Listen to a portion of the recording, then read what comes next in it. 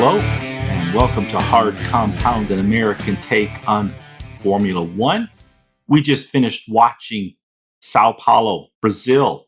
Lewis's amazing come from behind victory and a busy weekend for the stewards. So we have a content-rich episode for you all. But first, son, what are you drinking? Yep, another fun weekend in the Americas. Today, I have something called Cali Creamin'. It's a cream ale by Mother Earth Brew Company in Vista, California. I think we all know the Brits do cream ales very well. Yes. So we'll see how this California version stacks up. Cream ale is one of my favorites. Yeah, I mean it's pleasant. It's smooth. It's got some vanilla in there. So it's pretty tasty. I'd give it a B plus for a cream ale. Nice, nice. Well, coincidentally, you and I are both in the process of moving and in different parts of the country.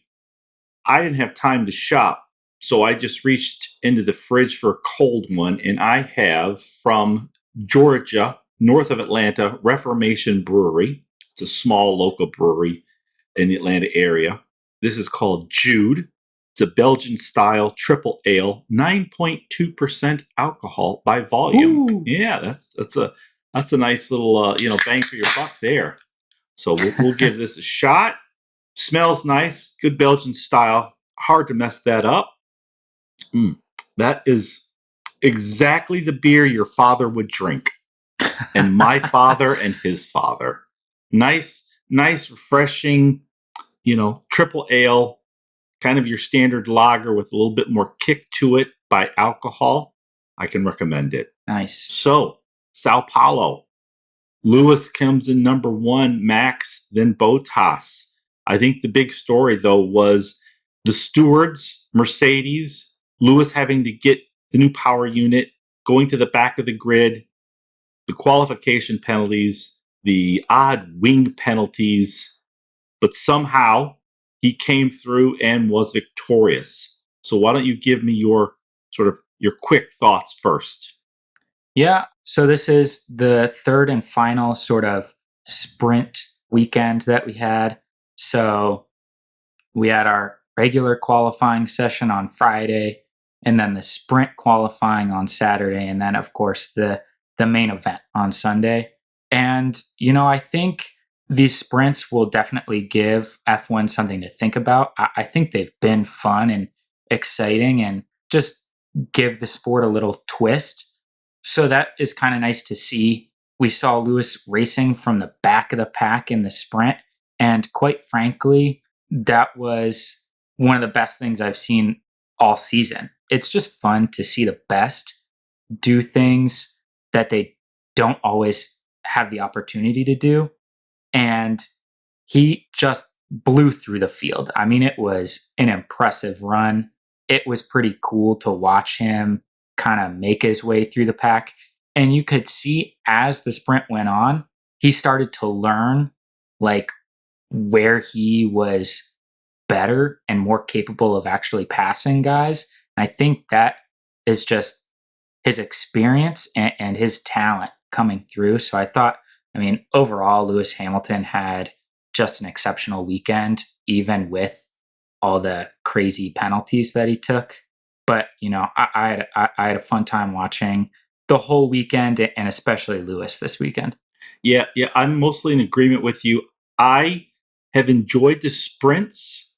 I think it was a good experiment by F1 to have these three sprints this year.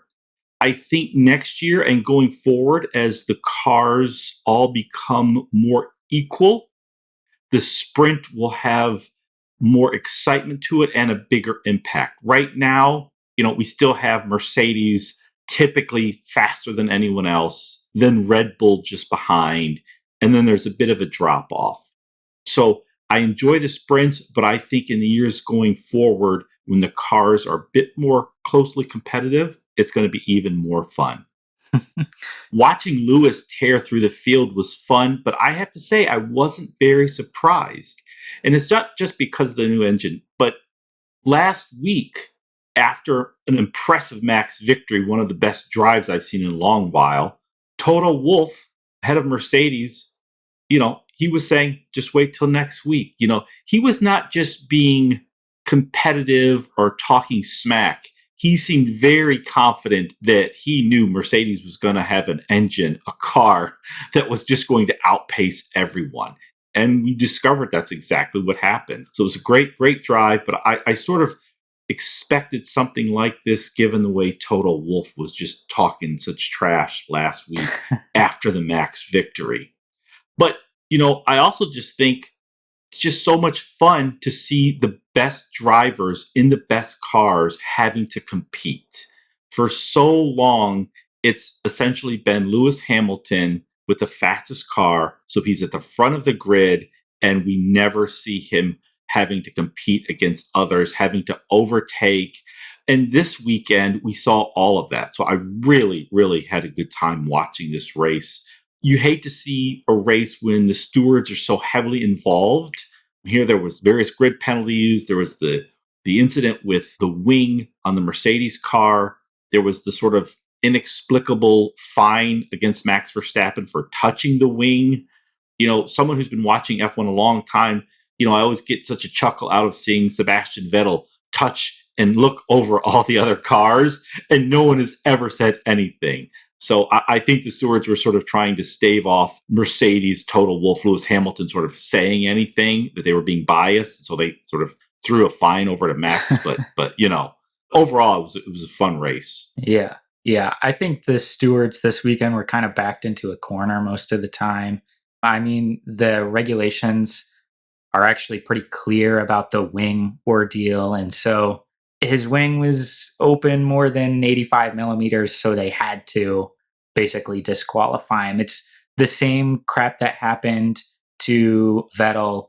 Was it in Baku or I forget, but he didn't have enough fuel at the end of Right, the the race. fuel. So Yeah. he was disqualified. And it's like, well, come on. I mean, this is, you're getting real picky, but the rule is the rule. So that's kind of what they have to do. And honestly, I think it made for a more exciting sprint race watching Hamilton kind of get through everybody. So I wasn't that bummed about it. I think it would have been a lot worse had Hamilton not been able to do that, just because we would have seen Max fly off into the distance and not really have any competition.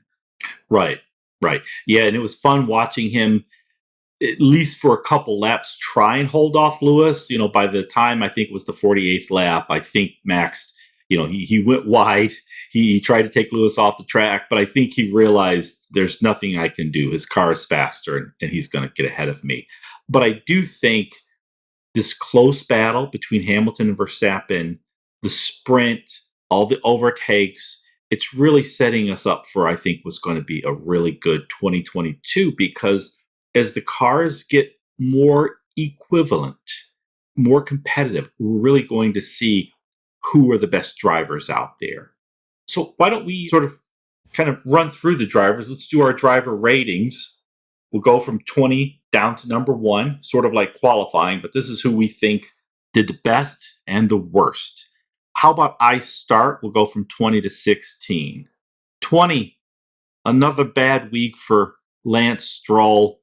I'm not sure what's going on. He's just not done anything in the past several races. Sebastian Vettel, who I think has lost a step, is still out racing him. I just did not see anything from Stroll. And then Ricardo, do not finish.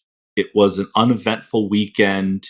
He really just sort of, despite it being Danny Ricardo in a McLaren, it really was a non-entity. Ben, no big surprise. Schumacher, he didn't do much. Mazepin, who somehow I think did better than Schumacher this weekend, so I'm going to put him ahead. That's I think that's maybe the first week Mazepin's outraced Schumacher. And then Yuki. Yuki, I mean, he's in AlphaTauri. We're late in the season. Gasly keeps getting in the points, and Yuki keeps sort of doing nothing. So I'll put Yuki at 16th. So who are your bottom five? Yeah, I think you make some good points with several of these guys. I think it's a little bit hard to judge sometimes, especially the two guys in the Haas. It's just so bad. They're obviously going to be dead last every single week. So it's kind of hard to really give them a bump up in our ratings just because you don't really even get to see them compete against anybody. So I have Schumacher and Mazepin as 20 and 19 in my ratings. It's just hard for me to really even consider them a whole lot. It's just we don't get to see much of them during the race, and they're a minute behind everybody else. It's just not an easy thing to sort of qualify. Yeah. Haas joined F1 several years ago. I think it was a wise business decision given all the money flowing into F1. And their first year out, they were good. Their second year, they were fine, but they've sort of steadily just sort of fallen further and further behind. They're now, I think, well behind even Williams Hmm. as far as a competitive car goes. It's the only American team that's sort of disheartening to see how far they've fallen. They say they're prepping for 2022, and I hope they have a competitive car, but they're tough to watch. Yeah. Yeah. Well, let's hope better things come next year. Everybody seems to dislike Mazepin. I don't really have much of an opinion on him, but I would like to see some of these young guys actually be able to compete and show us what they have because we just haven't even been given the opportunity to see really what Schumacher is all about or what Mazepin is about. So Yeah. Even Latifi, we rarely get to see Latifi do much. I mean, F2, he was a fine driver, but he's in a poor car and he's being upshown almost every week by George Russell,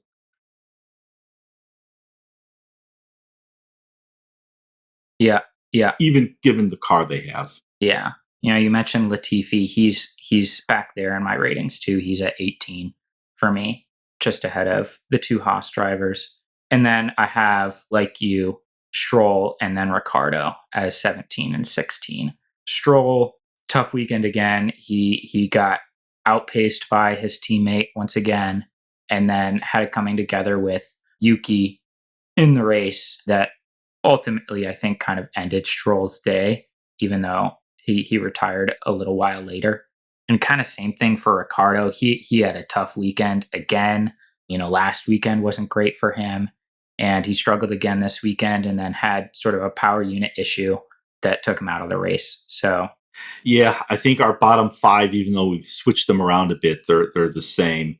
And Yuki, you know, I think he has more penalty points in less than 1 year of driving in F1 than Vettel, than Alonso, than Bottas, Hamilton, maybe. I'm I, sure. I don't, right. I don't know the exact numbers on the penalty points, but I think he's already up there.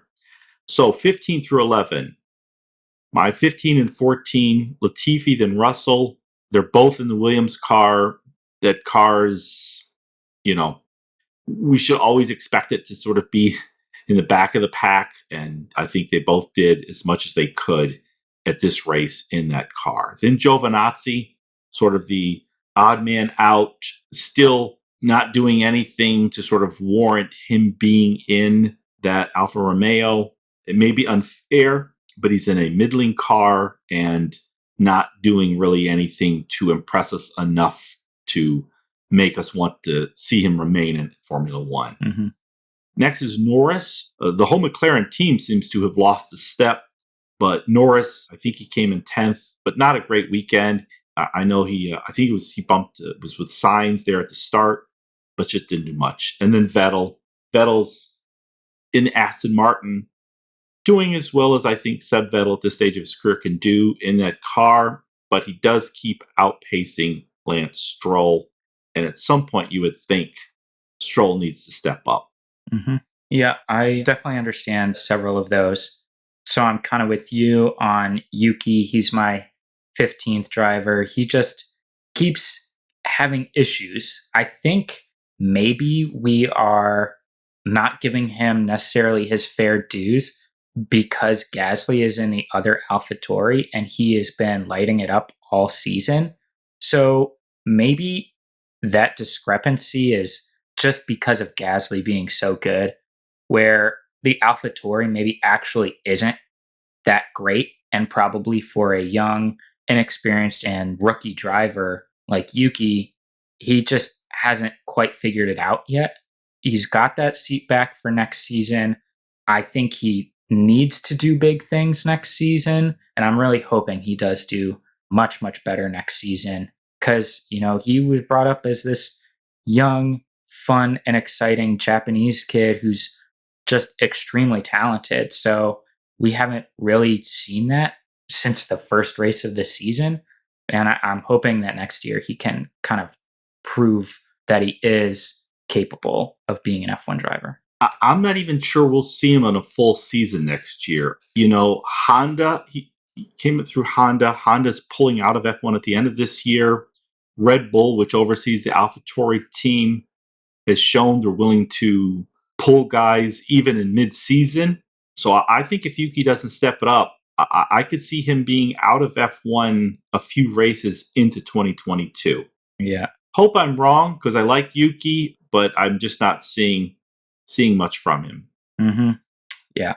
So then my 14, like you, Giovinazzi, he just in a middling car is kind of a middling driver. And I just don't think that's good enough for F1. His seat next year isn't guaranteed. And I don't believe that he's going to be back next season. I agree. Then I have Vettel. He had an acceptable weekend, but he started in the points and then fell out of the points by the end of the race. I think, some of the older guys, Raikkonen and Alonso, outperformed him on Sunday, and several other guys got past him up into the points. So he's sitting down at 14 for me. Wow. And then I have Russell and Raikkonen are my next two drivers. And they kind of were about where I expected them to be. Raikkonen started pretty far back. He started in pit lane, I think, and made his way up pretty far. Not quite into the points, but he's been having some solid races here at the end of what will be his final season in F1. Yeah, I have Kimi at 10th. I like to see the old guys do well, and I think Kimi Raikkonen and Alonso both bring everything they have to every race. And Kimi has been outperforming Giovinazzi in that same car. So I have him as my 10th. On number 9, I have Alonso. I think there was one practice run where Alonso was in first. He brings it every race, one of the best drivers ever. He's just not in a great car. Then his teammate Ocon. Typically, I think Alonso outdrives Esteban Ocon, but not this weekend. I think Esteban just did a slightly better job, at least in the race, maybe not for the whole weekend. At 7th, I have Gasly. Not only is Gasly outracing his teammate Yuki Tsunoda, but Gasly's having just an exceptional year. I think after Max and Lewis, there's no one driving better. And then I have Perez. Perez is a good driver. He's in a great car, but he's being outraced often by Valtteri Bottas, which I don't think should happen.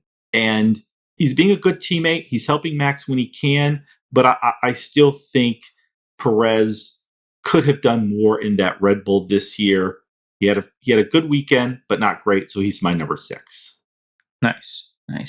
Yeah, so I have some discrepancies here. I think Ocon is my 10th driver.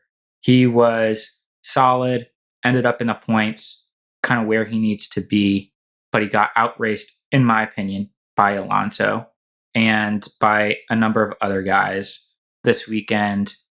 And so he is my number 10 driver. Then I have Sainz. He had a great qualifying session and then sprint qualifying. Unfortunately, in the race, he had a poor start. I think came together with Norris. Yep. And then could never really catch up to his teammate Leclerc throughout the race. So, he did fine, but nothing special from Sainz on Sunday. So he's 9 for me. Then I have Gasly. He, like you said, is having an exceptional season. This weekend, he seemed like he did pretty much all he could in the AlphaTauri, but he just didn't have the pace to really match the Ferraris or the Red Bulls or Mercedes. So he was just kind of hanging out by himself most of the race. Then I have Leclerc.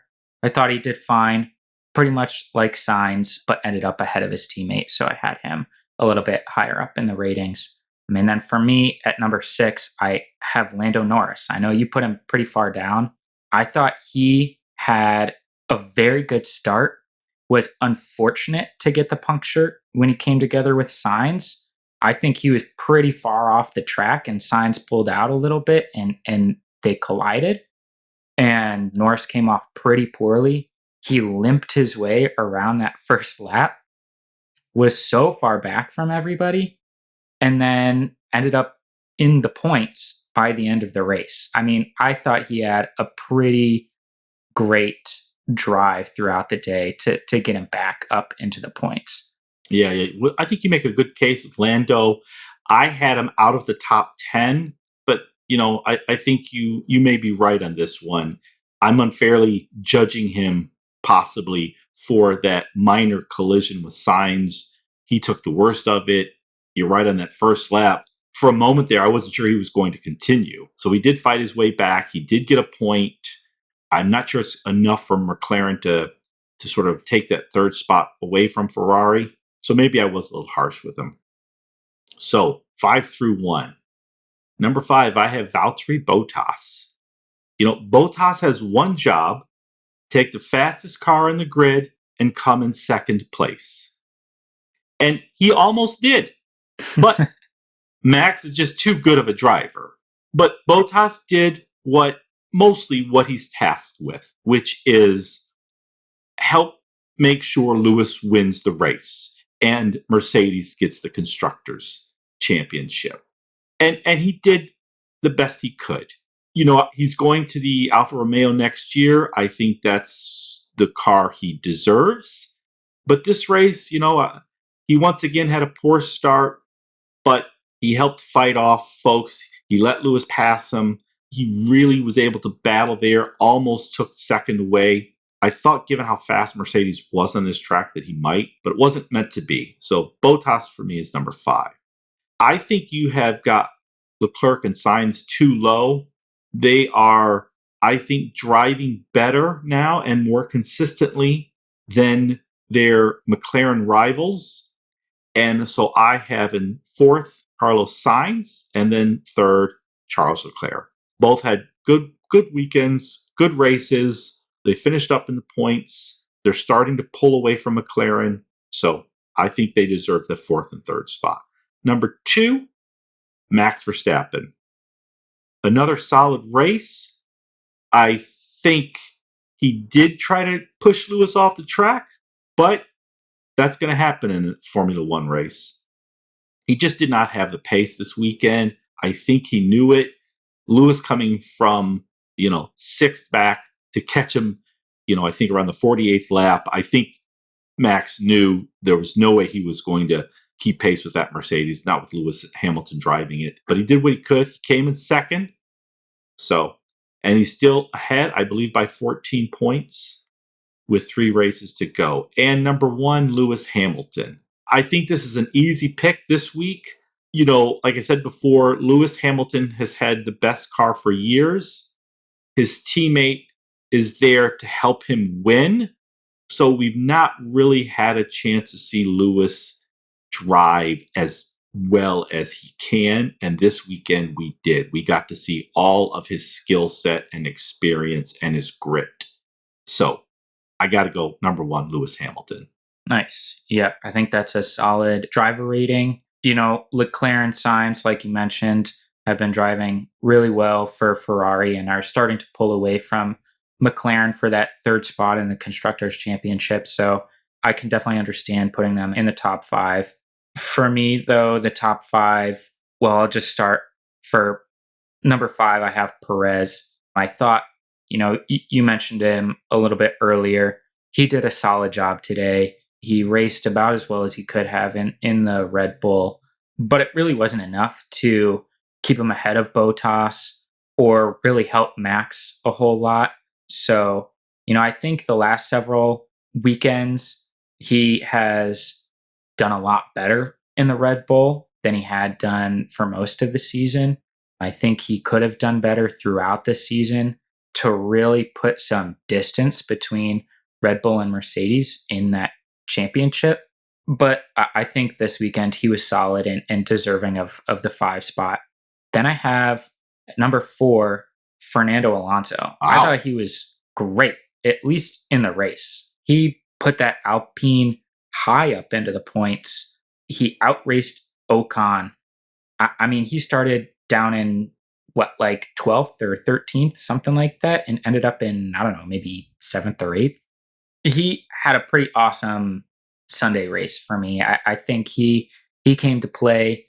I feel like it was understated. So maybe one of the reasons you have him a little bit farther down, he didn't do his kind of flashy Spaniard, craziness that he can do. But I think he drove really well and got Alpine some much needed points to kind of leap back ahead, I believe, of AlphaTauri this weekend.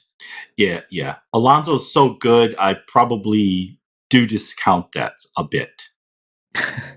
Yeah, so I thought he was great, and then I have Botas at 3. Pretty much the same thing for Perez, but maybe with that Mercedes pace, you get a little bit fuzzy between the car and the driver. But he was great all weekend. Stole the sprint race and pole from Verstappen. I thought putting Mercedes in a really good place for the race, and I think he did his job really really well this weekend. And then, of course, Verstappen and then Hamilton at number 2 and number 1. Verstappen, I mean, great race.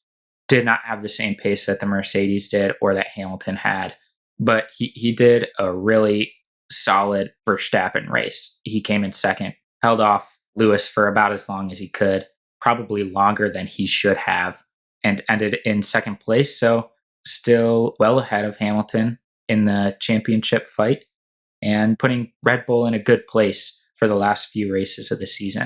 And then, of course, Hamilton.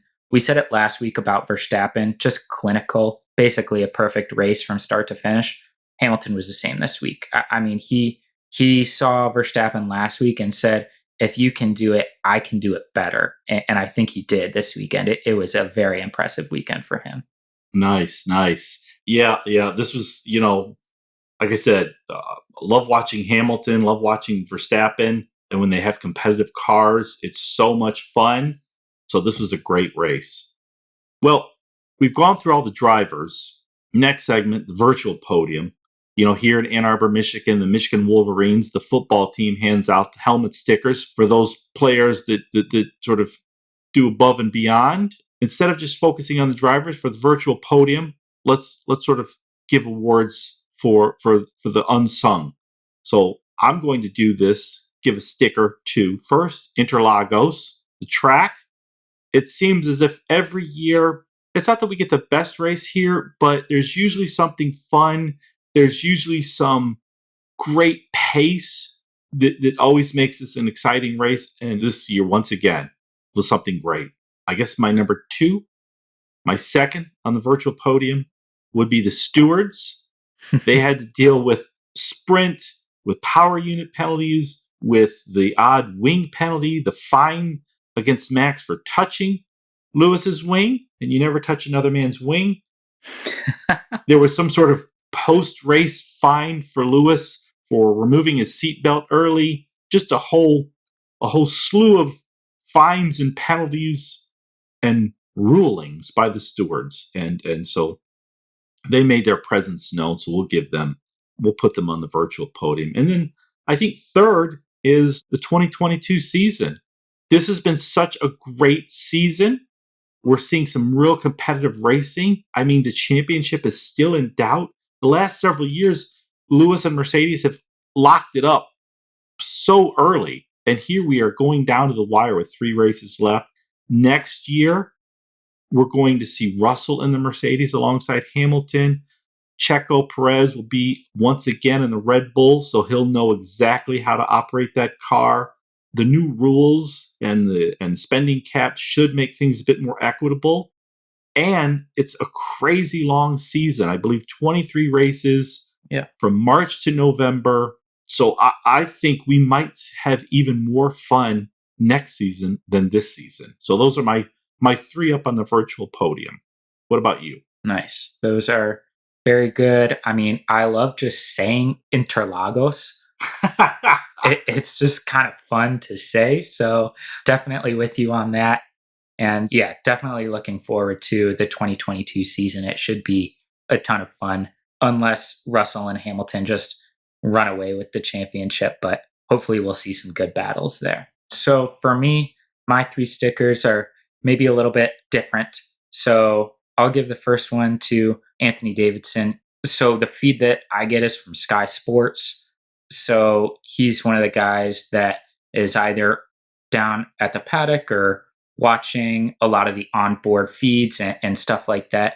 And his basically take on the Hamilton and Verstappen kind of almost coming together, both going well off the track, I thought made a lot of sense. And he kind of, I think, did a good job of sort of quelling the sort of Verstappen haters, if you will, because Gasly kind of did the same thing a few laps later and was down the inside, late on the brakes, and ended up going like way wide when he was trying to get past Ocon. And that was just because he was too late on the brakes and there was nothing doing there. I mean, he didn't actively push Ocon well wide. And I think the same thing happened for Verstappen. He was trying to defend Hamilton basically by being as late on the brakes as possible. And he ended up being way, way, way too late on the brakes. It just happened to be that Hamilton was also alongside of him. So he had to go way out wide rather than cutting back inside and going around Verstappen. So, I thought Anthony Davidson did a good job of sort of explaining that rather than just sort of pointing the finger at Verstappen for that. Nice. Other than the just sort of the manic cheerleading for Lewis Hamilton, I think Sky Sports does a great job. Yeah. Yep. All of them. Agreed. I think it's, for me, too British. But if we got an American kind of thing going, then it would probably be way too American for, the Brits or anybody else. So kind of, double edged sword there. For me, my second sticker goes to Michael Massey. He's sort of the race director, FIA kind of head guy. And he was just sort of sarcastic and quippy with the two teams, Mercedes and Red Bull, after that incident between Hamilton and Verstappen. And he made me laugh a little bit. You get these two teams kind of at each other's throats and really trying to sort of like they're just sort of brown nosing all the time, it seems like. And, Michael Massey kind of just shoos them away, which I find enjoyable to watch because it's kind of annoying to hear, the two teams after anything happens, like just freaking out and blaming each other without really anything to back it up. So he gets my second sticker. And then the final one, naturally for me, has to go to all the Senna tributes this weekend. Ayrton Senna, I think, might be the most influential driver, at least in Formula One history. He was so good at just driving, but did so much more for the sport and ended up kind of losing his life because of the sport. But he was so incredible and obviously inspired Lewis Hamilton and I'm sure many of the other drivers on the circuit and many more still coming up. And I think whenever we go to Brazil, we get these tributes to Ayrton Senna, but I think he's fully deserving of all of them. Yeah, that's a good one. That's a good one. And he probably is. Well, those are great. So, it was a good race, but there's no rest for the weary. They head off to Qatar, another race next week. They're going from Brazil, from South America to Qatar, Middle East. I believe the final three races are all in the Middle East: Saudi Arabia, Abu Dhabi. This is the first F1 in Qatar, I believe, ever. So why don't we do our across the line segment? Nice. Who we think will come in the top 5. So the way this works, once someone is taken, they're no longer available. So who I think will come in number 1, you don't get to choose that person. Who I think will come in number 2, you don't get to choose that person. And we'll see what the results are. So do you know where the standings are to date? I do. After this last race, I lost some ground on you. We were tied going into this race, and now you're up on me 23-18. Wow. You had a big weekend. My guys did not perform very well for me this weekend. So 23 is woeful. So 18, hey, 18, hey. 18. Let's not even bring that up. I think I get to choose first this week. Yes. That Mercedes, all credit to Lewis, but that Mercedes was so fast. It was so fast that Max Verstappen and the Red Bull couldn't even hold it off. There was 20 plus laps still to go, and Max had no shot. I don't see things changing.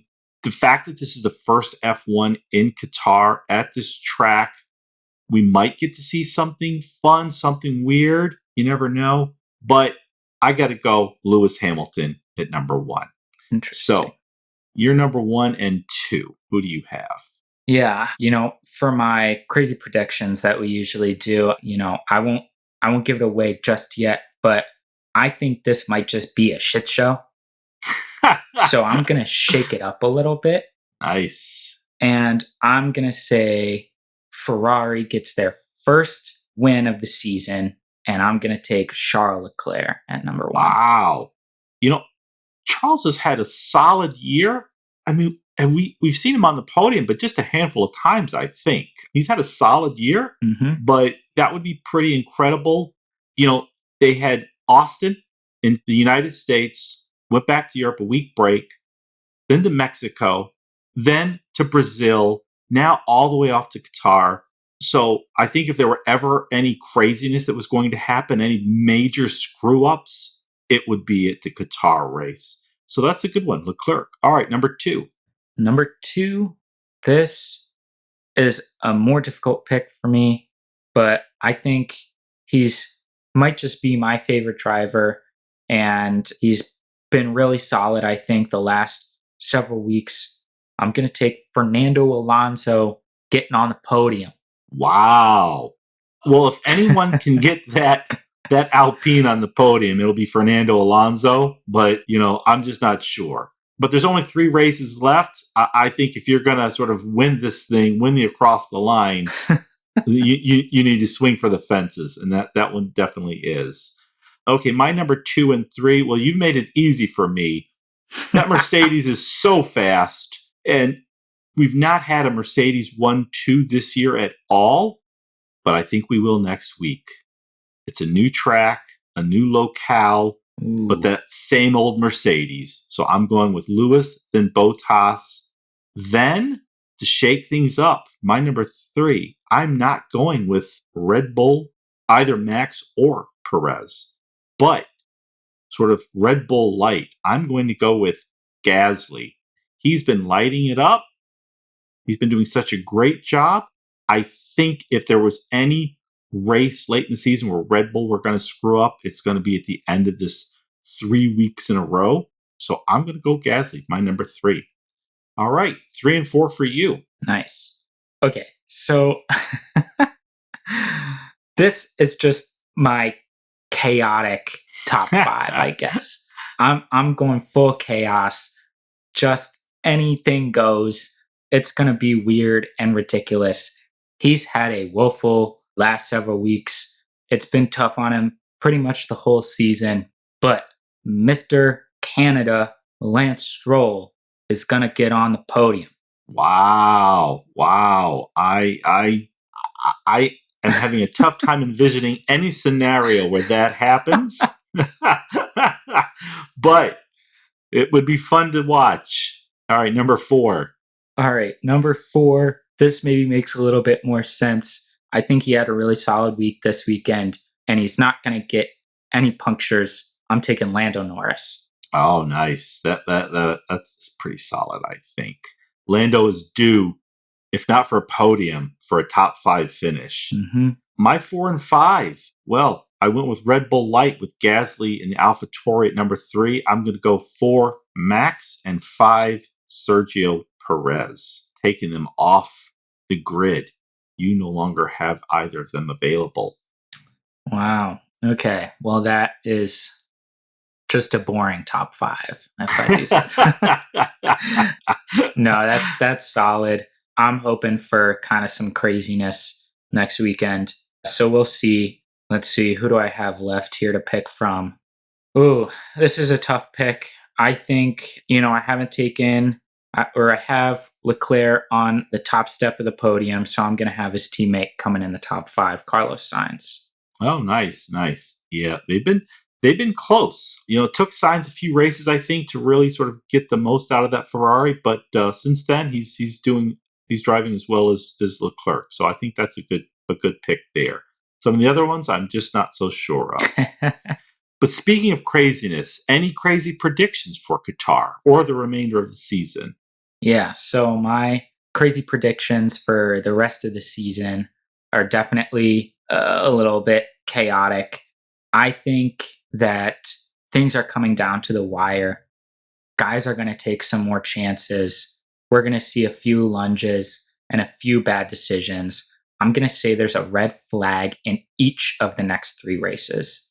Wow, that's okay. That would be something in the final three.